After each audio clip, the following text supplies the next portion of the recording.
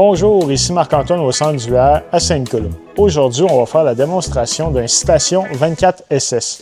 On va commencer par faire une tournée à l'extérieur pour se diriger par la suite dans l'unité. Donc, on commence. Ici, on a des marches auto-rétractables qui fonctionnent lorsqu'on ferme la porte. On a un premier coffre de rangement juste ici. Et en arrière du second panneau, on a notre réservoir d'eau fraîche. Donc, lorsqu'on veut fonctionner en mode autonomie, on n'aura pas accès à l'eau.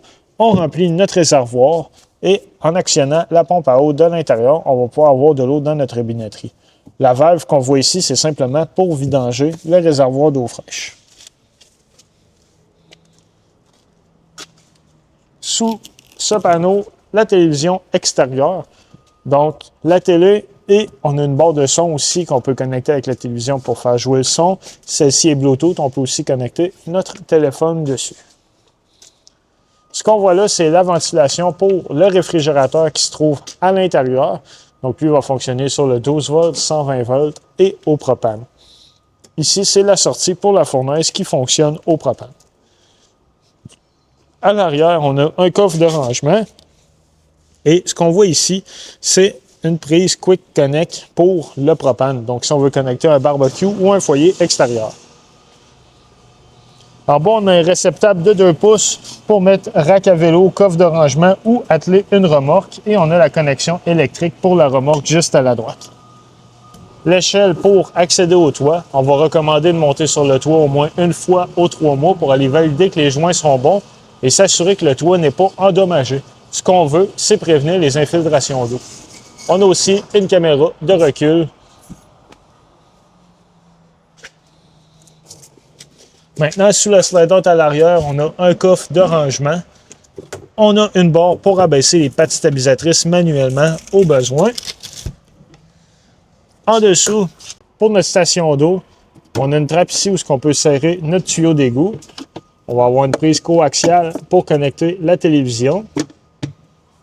Le Sanity Flush, en fait, c'est un Black Tank Flush.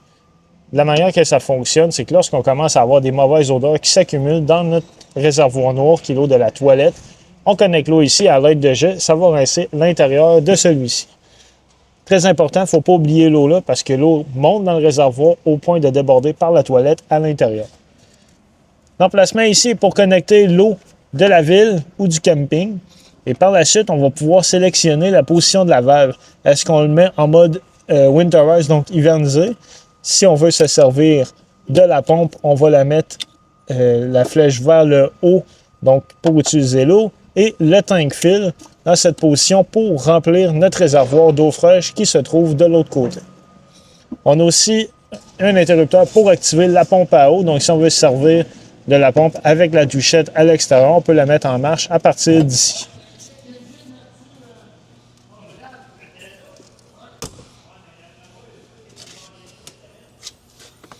La génératrice, donc, elle, lorsqu'on retire le couvert, on peut la démarrer à partir d'ici, mais on va pouvoir aussi la décoller à partir de l'intérieur du motorisé. Et ce qu'on voit là, c'est notre prise 120 volts 30 ampères pour connecter le motorisé. Le chauffe-eau, donc lui fonctionne au propane et électrique. C'est à partir de l'intérieur qu'on peut le mettre en fonction.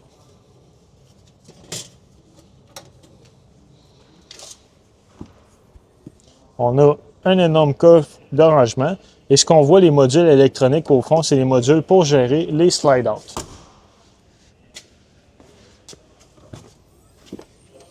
Notre réservoir de propane. Donc, lui, on a un indicateur de niveau juste ici et la valve pour ouvrir et fermer les gaz.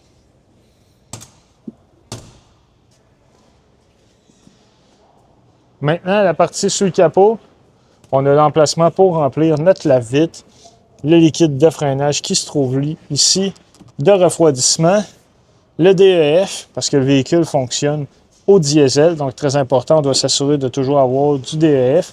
L'indicateur de niveau se trouve dans le tableau de bord. Particularité sur les Mercedes, la batterie se trouve sous le siège conducteur.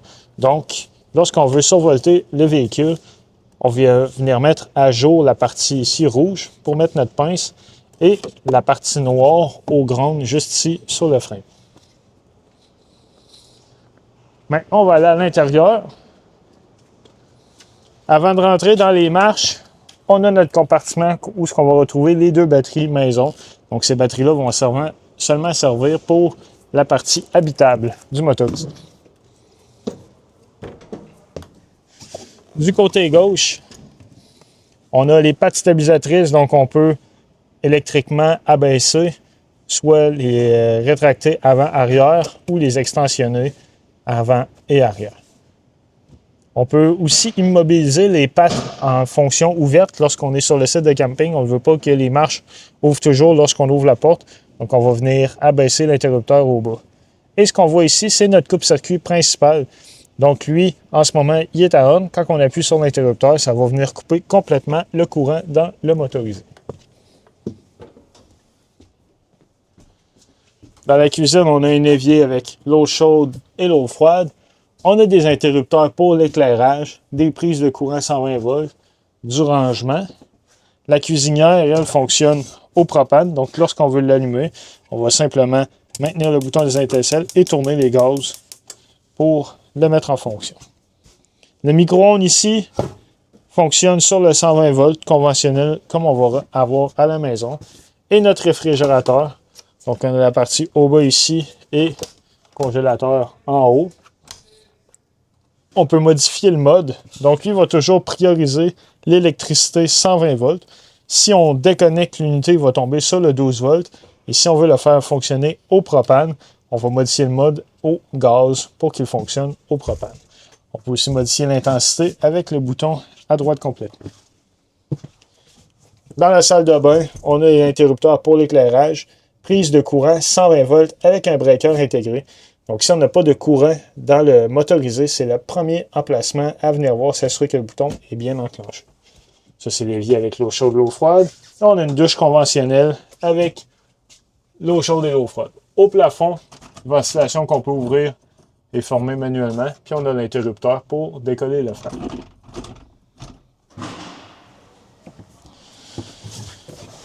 Sous le lit, ce qu'on voit là, c'est notre panneau débreaker principal. Donc, à la gauche, on a la partie qui va gérer le 120 volts et à la droite, le 12 volts avec les fusibles. Quand il y en a une qui va être défectueuse, il y a une lumière rouge qui va s'allumer à côté de celle-ci. Ce qu'on voit à droite, c'est notre détecteur de monoxyde de carbone ainsi que des prises de 120 volts supplémentaires. Au mur, on a une manette pour gérer l'éclairage. On peut aussi décoller et arrêter la génératrice à partir d'ici, fermer complètement les lumières du motorisé. Ce type de manette-là se détache, fonctionne avec une batterie. Donc, si jamais les fonctions, si les boutons ne fonctionnent plus, simplement remplacer la batterie qui se trouve à l'arrière. La télévision, on en a une ici, on en a une dans le salon. Donc, la manière que ça fonctionne, on a une antenne sur le toit qui peut capter les postes digitaux disponibles. Ce qu'on doit faire, on doit aller dans le paramètre, dans la section Channel et effectuer un Channel Scan. La télévision, l'antenne, en fait, va détecter s'il y a des postes de disponibles. Un exemple, au centre d'hiver, à Saint-Nicolas, on va capter 3 à 4 postes différents. Cette étape-là est à refaire dès qu'on va se déplacer avec le motorisé, et ce, pour chaque télévision, autant intérieure que extérieure. Pour la chambre, on a de l'éclairage qu'on peut ouvrir manuellement sous les cabinets. On a des prises USB au fond et le matelas qu'on redéploie pour avoir notre pleine surface. Lorsqu'on ferme le slide-out, très important, on doit toujours replier le matelas pour éviter qu'il vienne à côté au mur en face.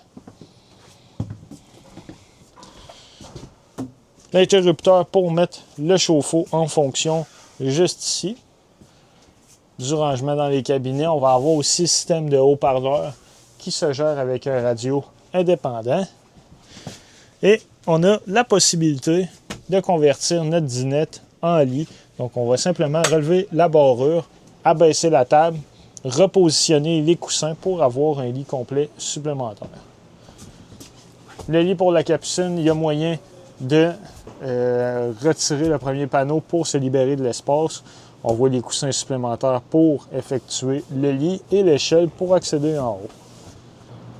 Pour le contrôle de l'AGS, en fait, ce que ça permet, c'est simplement de mettre un timer pour la génératrice. On peut la faire fonctionner pour une période prédéterminée pour se garder d'un voltage prédéterminé et on peut sélectionner aussi des jours de démarrage et des heures précises. Pour le moment, on l'a désactivé. Ensuite, on a notre interrupteur pour actionner la pompe à eau. Donc, lorsqu'on veut marcher en mode autonomie, notre réservoir d'eau fraîche est plein, on active la pompe pour avoir de l'eau dans notre binetterie. Les tank heaters, ça, c'est des pads chauffants qui sont collés sous les réservoirs d'eau grise et noire pour prévenir le gel. Donc, si à l'extérieur, il fait sous zéro, on a du liquide dans nos réservoirs, on veut effectuer la vidange, mais on ne veut pas que ça soit gelé, on va venir mettre en fonction les tank heaters. Pour l'éclairage, on peut tout fermer. Lorsqu'on voit une flèche en haut et bas comme ici, lorsqu'on va maintenir le bouton, on va pouvoir atténuer l'éclairage au besoin. Pour la climatisation, on a plusieurs possibilités lorsqu'on veut climatiser cool, lorsqu'on veut chauffer fournaise, heat pump, c'est le système de chauffage qui a intégré à l'air climatisé.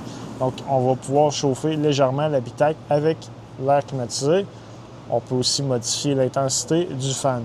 Et d'ici, on peut aussi décoller le ventilateur qui se trouve dans la salle de bain. Pour les slide-out, on a les contrôles juste ici pour les rentrer et les sortir, ainsi que l'interrupteur pour ouvrir et fermer l'auvent. Quand on va dans les paramètres, on peut modifier la clarté de l'écran, l'heure, les unités de température en Fahrenheit ou Celsius. On a la possibilité de télécharger une application mobile qui va nous permettre de contrôler sur notre téléphone sensiblement les mêmes contrôles qu'on trouve juste ici. Donc, en téléchargeant l'application et en rentrant ce code, on va y avoir accès. En dessous, c'est le radio qui est intégré au motorisé. Donc, on peut l'ouvrir, on peut modifier certaines fonctionnalités, gérer les zones différentes aussi. Il est Bluetooth, donc on peut connecter notre téléphone. C'est ce qui conclut la démonstration du Citation. Merci.